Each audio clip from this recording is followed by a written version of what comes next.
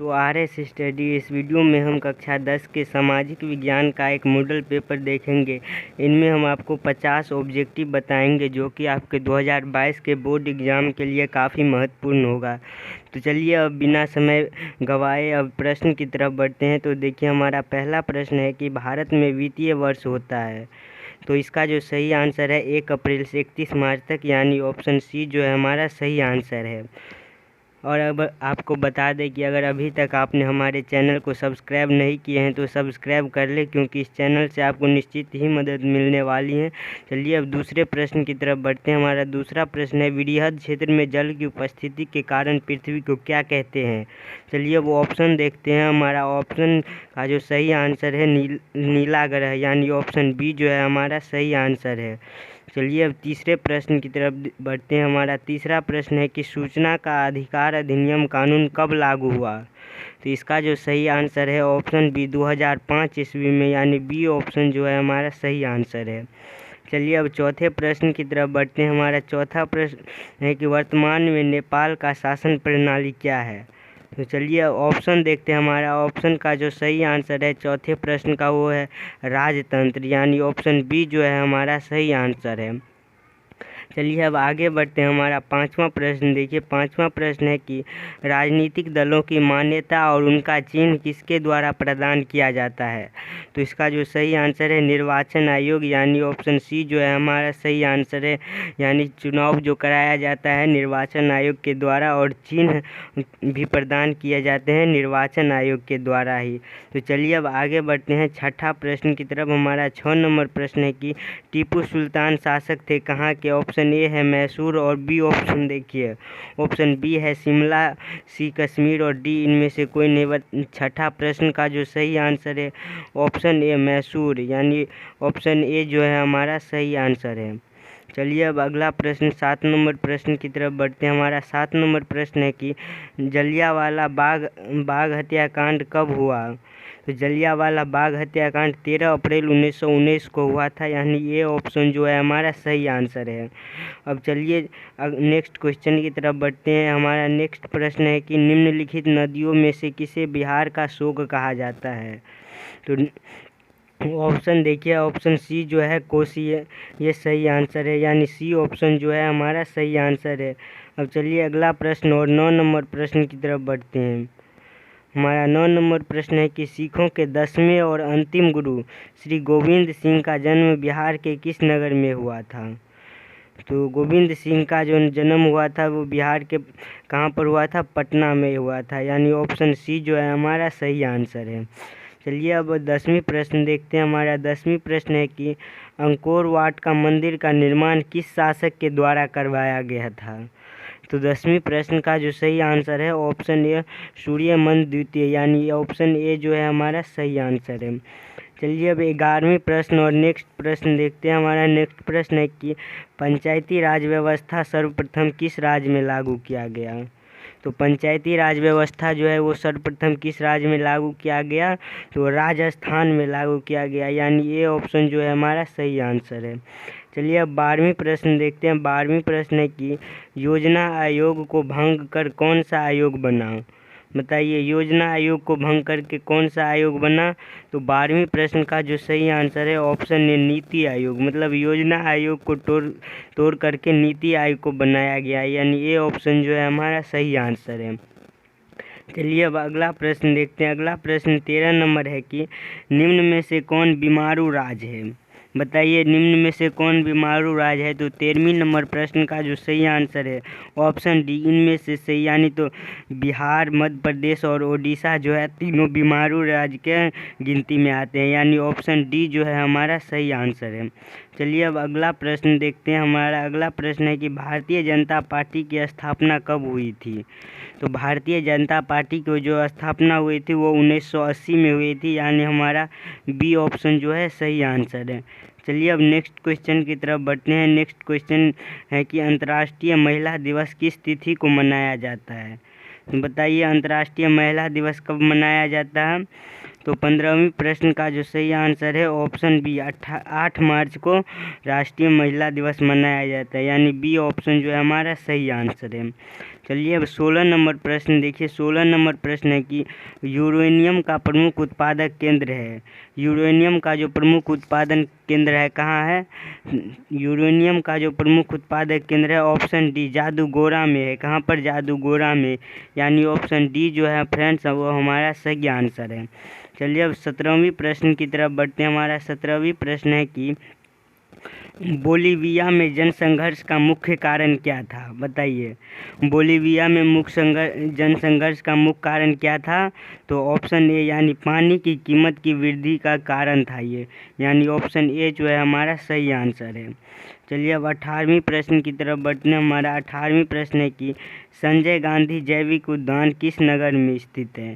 संजय गांधी जैविक उद्यान जो है कहाँ पर स्थित है? बताइए। तो 18वीं नंबर प्रश्न का जो सही आंसर है देखिए, 18वीं नंबर प्रश्न का जो सही आंसर है ऑप्शन डी, पटना में, यानी ऑप्शन डी जो है हमारा सही आंसर है। और अभी हम आपको जितने भी प्रश्न बता रहे हैं वो सारे के सारे इम्पोर्टेंट प्रश्न हैं, आप इसको याद रखिएगा।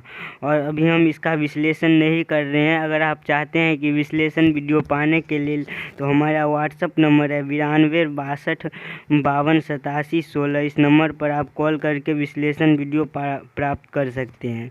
देखिए अब 19वां प्रश्न है। 19वां प्रश्न है कि वेदों की ओर लौटो का नारा किसने दिया था? बताइए, वेदों को ओर जो लौटो नारा दिया था ये किसने दिया था? स्वामी दयानंद सरस्वती ने, यानी सी ऑप्शन जो है हमारा सही आंसर है। अब 20वां प्रश्न और नेक्स्ट प्रश्न देखिए। नेक्स्ट प्रश्न है गुटेन वर्ग का जन्म कहाँ हुआ था? बताइए, गुटेन वर्ग जो था उनका जन्म कहाँ हुआ था? जर्मनी में, यानी ऑप्शन बी जो है हमारा सही आंसर है। चलिए अब अगला प्रश्न देखते हैं। अगला प्रश्न है कि राजनीति आधारित है, राजनीति जो होती है वो किस पर आधारित होती है फ्रेंड्स, ये आप लोगों को बताना है। चलिए अब ऑप्शन देखते हैं। ऑप्शन में जो सही आंसर है वो बताइए। राजनीति जो आधारित होती है ऑप्शन ए, धर्म पर आधारित होती है, यानी ऑप्शन ए जो है हमारा सही आंसर है। चलिए अब 22वां प्रश्न देखते हैं। 22वां प्रश्न है कि निम्नलिखित में से उदाहरणों में से कौन सा कृषि पर आधारित नहीं है? तो सूती वस्त्र और चीनी सब उधारित, लेकिन सीमेंट जो है फ्रेंड्स वो कृषि पर उधारित नहीं है, इसीलिए हमारा बी ऑप्शन जो है सही आंसर है। चलिए अब अगला प्रश्न और 23 नंबर प्रश्न की तरफ बढ़ते हैं। हमारा 23 नंबर प्रश्न है वार एंड पीस जो किसकी रचना है? चलिए अब ऑप्शन देखते हैं। वार एंड पीस जो है हमारे लियो टॉल्स्टॉय की रचना है, यानी ऑप्शन बी जो है सही आंसर है। और फ्रेंड्स अगर आपको ये वीडियो अच्छा लग रहा हो तो इस वीडियो को लाइक ज़रूर किया कीजिए, क्योंकि आप हमें लाइक करते हैं तो हमारे मोटिवेशन बढ़ते हैं और हम इसी तरह के वीडियो तो बहुत ज़्यादा लाएंगे। अब 24वां प्रश्न है कि चावल कैसी फसल है? बताइए, चावल जो है कैसी फसल है? खरीफ फसल है, यानी हमारा ऑप्शन ए जो है सही आंसर है। चलिए अब 25वां प्रश्न की तरफ बढ़ते हैं। हमारा 25वां प्रश्न है कि नई आर्थिक नीति में किसे सम्मिलित नहीं किया गया है? बताइए, नई आर्थिक नीति में किसे नियंत्रित अर्थव्यवस्था को सम्मिलित नहीं किया गया है, इसीलिए हमारा ए ऑप्शन जो है सही आंसर है। अब चलिए बढ़ते हैं 26 नंबर प्रश्न की तरफ। हमारा 26वां प्रश्न है कि सौर ऊर्जा का निम्नलिखित में से कौन सा संसाधन है? सौर ऊर्जा निम्नलिखित में से कौन सा संसाधन है? बताइए। 26वां प्रश्न का जो सही आंसर है ऑप्शन बी, नवीकरणीय, यानी ऑप्शन बी जो है हमारा सही आंसर है। सौर ऊर्जा कौन सा संसाधन है? नवीकरणीय संसाधन है। अब 27वां प्रश्न देखिए। 27वां प्रश्न है कि WTO यानी विश्व व्यापार संगठन की स्थापना किस वर्ष की गई थी? तो 27वां प्रश्न का जो सही आंसर है ऑप्शन है 1995 में, यानी ये ऑप्शन जो है हमारा सही आंसर है। अब 28वां प्रश्न देखिए। 28वां प्रश्न है कि Tata and iron steel company की स्थापना कब की गई थी? बताइए। Tata and iron steel company जो है उनकी स्थापना 1907 में की गई थी, यानी बी ऑप्शन जो है हमारा सही आंसर है। चलिए अब अगला प्रश्न और 29 नंबर प्रश्न देखिए। 29 नंबर प्रश्न है कि किसने कहा था संसाधन होते नहीं बनते हैं? बताइए। तो 29 नंबर प्रश्न का जो सही आंसर है जिमरमैन, यानी ए ऑप्शन जो है हमारा सही आंसर है। चलिए अब 30 नंबर प्रश्न की तरफ बढ़ते हैं। हमारा 30वां प्रश्न है कि इनमें से कौन सा संस्थागत वित्त का संसाधन है? इनमें से कौन सा संस्थागत है जो वित्त का साधन है, बताइए। तो 30वां प्रश्न का जो सही आंसर है ऑप्शन सी व्यावसायिक बैंक, यानी ऑप्शन सी जो है हमारा सही आंसर है। अब अगला प्रश्न देखिए, अगला प्रश्न है 31 नंबर प्रश्न है कि राष्ट्रीय विकास परिषद का गठन कब किया गया था। और अभी जितने भी प्रश्न बता रहे हैं वो सारे के सारे इम्पोर्टेंट है, इसीलिए आप लोग इसे याद जरूर कर लीजिएगा। तो 31वां प्रश्न का जो सही आंसर है 1952, यानी ऑप्शन सी जो है फ्रेंड्स हमारा सही आंसर है। चलिए अब अगला प्रश्न की तरफ बढ़ते हैं। हमारा अगला प्रश्न और 32वां प्रश्न है कि सविनय अवज्ञा आंदोलन किस यात्रा से शुरू की गई थी, बताइए। सविनय अवज्ञा आंदोलन जी हुई किस यात्रा से शुरू की गई थी, तो दांडी यात्रा से, यानी ऑप्शन सी जो है हमारा सही आंसर है। चलिए अब 33 नंबर प्रश्न की तरफ बढ़ते हैं। हमारा 33वां प्रश्न है कि निम्न में से किसको प्राथमिक क्षेत्र कहा जाता है, बताइए। प्राथमिक क्षेत्र किसको कहा जाता है? प्राथमिक क्षेत्र जो कहा जाता है वो कृषि क्षेत्र को प्राथमिक क्षेत्र कहा जाता है, यानी बी ऑप्शन जो है हमारा सही आंसर है।